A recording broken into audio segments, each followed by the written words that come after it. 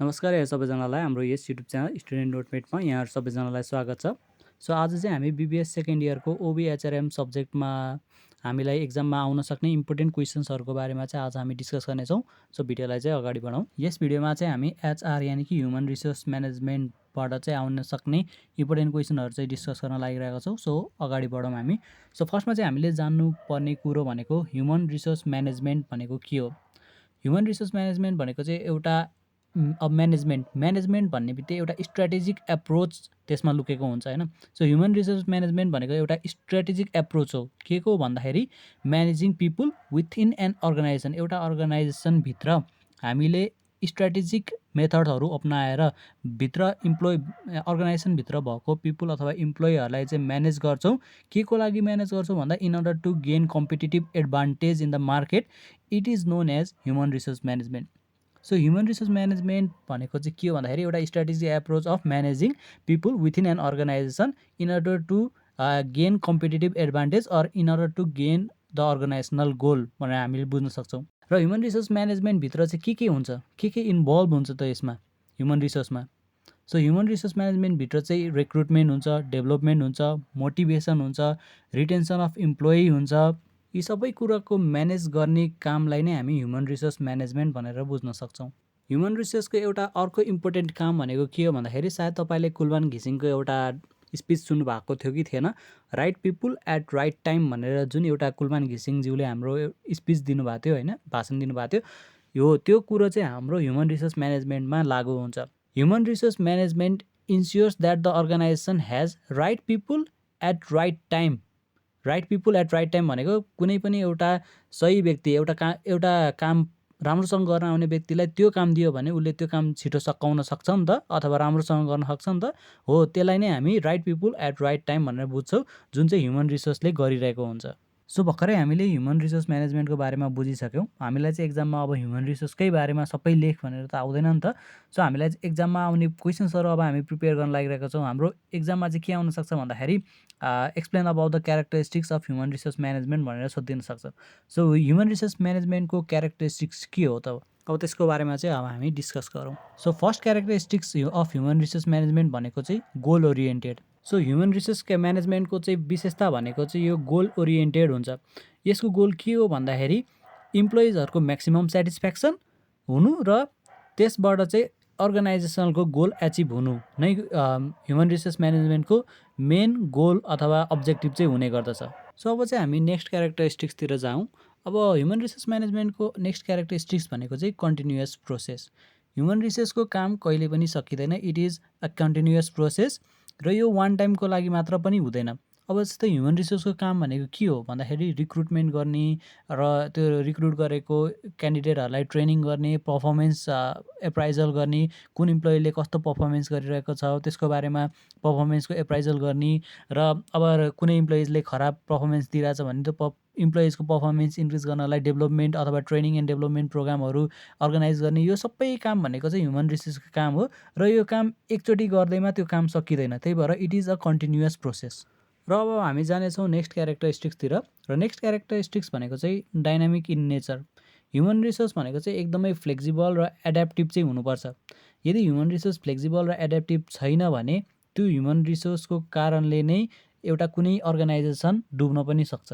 त्यही भएर human resource भनेको एकदमै डाइनामिक हुनुपर्छ र according to need and requirement change हुन पनि सक्नुपर्छ। जस्तै अब अहिलेको टाइममा भनेको हाम्रो नयाँ नयाँ टेक्नोलोजीहरू, एआई बेस्ड टेक्नोलोजीहरूले काम गरिरहेको हुन्छ। सो अहिलेको यस्तो एआई बेस्ड टाइममा कुनै अर्गनाइजेसनले होइन कुनै ट्रेडिसनल टेक्नोलोजीहरू युज गर्न थाल्यो भने त्यो अर्गनाइजेसन त डुब्न सक्छ। त्यही भएर ह्युमन रिसोर्स म्यानेजमेन्टको काम भनेको चाहिँ एकदमै डाइनामिक हुन्छ। सो चेन्जिङ वर्कफोर्स होइन, अब जस्तै इम्प्लोइहरू पनि चेन्ज भइरहेको हुन्छ, डिफ्रेन्ट पुरानो जेनेरेसनको इम्प्लोइहरू रिटायर भइरहेको हुन्छ, नयाँ जेनेरेसनको इम्प्लोइहरू अर्गनाइजेसनमा रिक्रुट भइरहेको हुन्छन्। त्यसले गर्दा वर्कफोर्स इन्भाइरोमेन्ट पनि चेन्ज भइरहेको हुन्छ, टेक्नोलोजिकल इन्भाइरोमेन्ट पनि चेन्ज भइरहेको हुन्छ।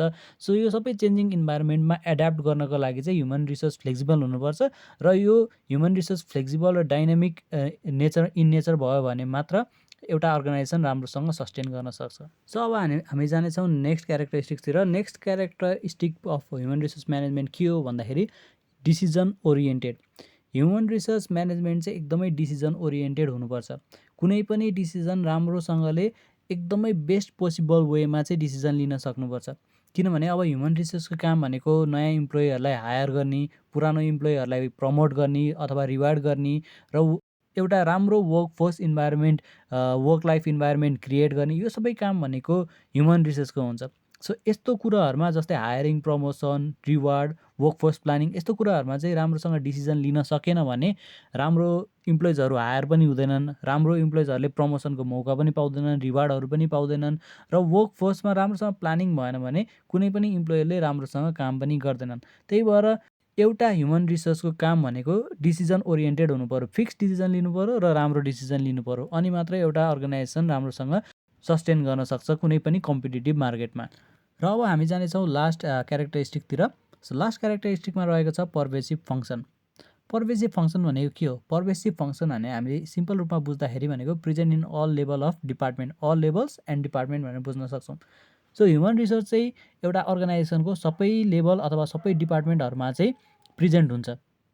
एभ्री डिपार्टमेन्ट, जस्तै अब एउटा अर्गनाइजेसनमा फाइनेन्स डिपार्टमेन्ट होला, मार्केटिङ डिपार्टमेन्ट होला, रिसर्च एन्ड डेभलपमेन्ट डिपार्टमेन्ट होला, ह्युमन रिसोर्स आफै एउटा डिपार्टमेन्ट हो होइन।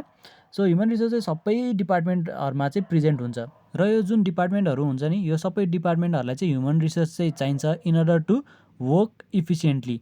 ह्युमन रिसोर्स चाहिँ भएन भने चाहिँ यो कुनै पनि डिपार्टमेन्टहरू राम्रोसँग चाहिँ चल्न सक्दैन। त्यही भएर इट इज अ पर्भेसिभ फङ्सन भनेर हामीले बुझ्न सक्छौँ।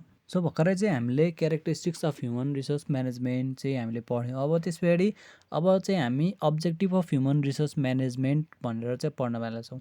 सो हाम्रो अब्जेक्टिभ चाहिँ के हुन्छ भन्दाखेरि, first objective of human resource management is to hire and keep good employees.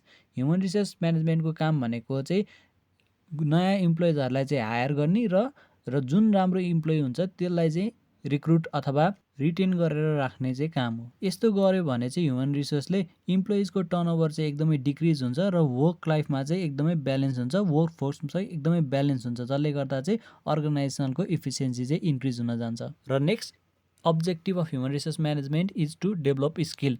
इम्प्लोइजहरूको चाहिँ स्किल डेभलप गर्ने एकदमै इम्पोर्टेन्ट हुन्छ कुनै अर्गनाइजेसनमा।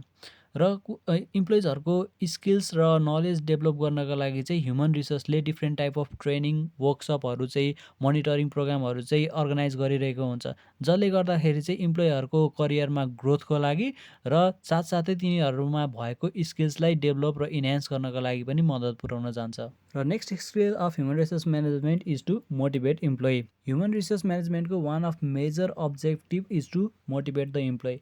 जबसम्म एउटा इम्प्लोइ मोटिभेट हुँदैन तबसम्म उसले राम्रोसँग अर्गनाइजेसनको कुनै पनि काम गर्दैन, र अर्गनाइजेसनको काम राम्रोसँग भएन भने अर्गनाइजेसनको इफिसियन्सी एकदमै डाउन हुन्छ, जसले गर्दा अर्गनाइजेसनको अब्जेक्टिभ र गोलप्रति चाहिँ एकदमै ठुलो असर पारिरहेको हुन्छ। त्यही भएर चाहिँ ह्युमन रिसोर्स म्यानेजमेन्टले आफ्नो अन्डरमा भएको इम्प्लोइजहरूलाई चाहिँ मोटिभेट गर्न अथवा फुल्ली सेटिस्फाई गर्न चाहिँ एकदमै धेरै different type of promotional activities, recognition program, incentive program अनि पोजिटिभ वर्क प्लेस क्रिएट गर्ने चाहिँ काम गरिरहेको हुन्छ, जसले गर्दा चाहिँ इम्प्लोइजहरू चाहिँ मोटिभेटेड भइरहेका हुन्छन्। र मोटिभेटेड इम्प्लोइहरूले नै गर्दाखेरि एकदमै प्रोडक्टिभ काम हुन्छ, जुनले चाहिँ अर्गनाइजेसनलको गोललाई एचिभ गर्न चाहिँ एकदमै धेरै मद्दत पुर्याउने गर्दछ। र अर्को अब्जेक्टिभ भनेको चाहिँ के हो भन्दाखेरि, युज पिपुल इफिसियन्टली। अघि मैले अगाडि तपाईँलाई कुलमान घिसिङको इक्जाम्पल दिए जस्तै यहाँ पनि युज पिपुल इफिसियन्टलीमा त्यही कुरो आउने गर्दछ। ह्युमन रिसोर्स म्यानेजमेन्टले इम्प्लोइजहरूलाई चाहिँ उसको क्यापेबिलिटी अथवा स्किल्सको आधारमा चाहिँ टास्कहरू चाहिँ असाइन गर्ने गर्दछ, जसले गर्दा चाहिँ अर्गनाइजेसनलको गोल एचिभ गर्न चाहिँ एकदमै ठुलो मद्दत पुर्याउँछ। कुनै इम्प्लोइजले आफूलाई आउने काम गरिरहेको छ भने उसले त्यो काम फुल स्पिडमा चाहिँ गर्ने गर्छ, जसले चाहिँ अर्गनाइजेसनको इफिसियन्सीलाई चाहिँ बढाउने गर्दछ। र यो भयो भने right people at right time भयो भने चाहिँ यो चाहिँ कुनै पनि पिपुल अथवा इम्प्लोइजहरूको चाहिँ इफोर्ट वेस्ट हुँदैन र त्यो इफोर्टहरू चाहिँ म्याक्सिमम युटिलाइजेसन भइरहेको हुन्छ। र अब हामी जानेछौँ ह्युमन रिसोर्स म्यानेजमेन्टको लास्ट गोलतिर। र लास्ट गोलमा चाहिँ के छ भन्दाखेरि अलाइन गोल्स। अलाइन गोल्स भनेको के हो? अब एउटा अर्गनाइजेसन र एउटा इम्प्लोइको गोल्स एउटै भयो अथवा अलाइन गर्यो भने त्यतिखेर चाहिँ म्याक्सिमम गोल एचिभ गर्नको लागि चाहिँ इम्प्लोइ मोटिभेटेड भएको हुन्छ।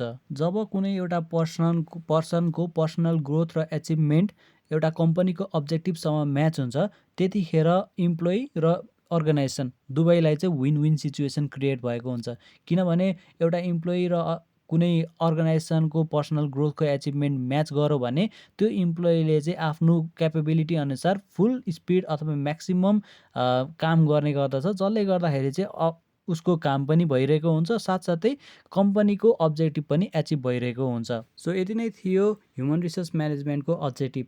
सो आजको लागि चाहिँ भिडियो यति नै गरौँ र तपाईँहरूलाई चाहिँ अरू कुनै इम्पोर्टेन्ट क्वेसन्सहरूको बारेमा एक्सप्लेनेसन चाहिन्छ भने तपाईँले कमेन्ट सेक्सनमा आफ्नो क्वेसन्स अथवा क्वेरिजहरू छोड्न सक्नुहुनेछ। म त्यसकै आधारमा तपाईँहरूलाई नयाँ भिडियोहरू चाहिँ लिएर आउने कोसिस चाहिँ गर्दछु। सो तपाईँहरूलाई चाहिँ आजको भिडियो कस्तो लाग्यो आफ्नो कमेन्ट प्रतिक्रिया चाहिँ कमेन्ट सेक्सनमा चाहिँ दिनु होला र आजलाई चाहिँ यति नै गर्दै यस भिडियोबाट म बिदा हुन चाहन्छु। भिडियो लास्टसम्म हेरिदिनु भएकोमा धन्यवाद सबैजनालाई। So best of luck for your upcoming examination.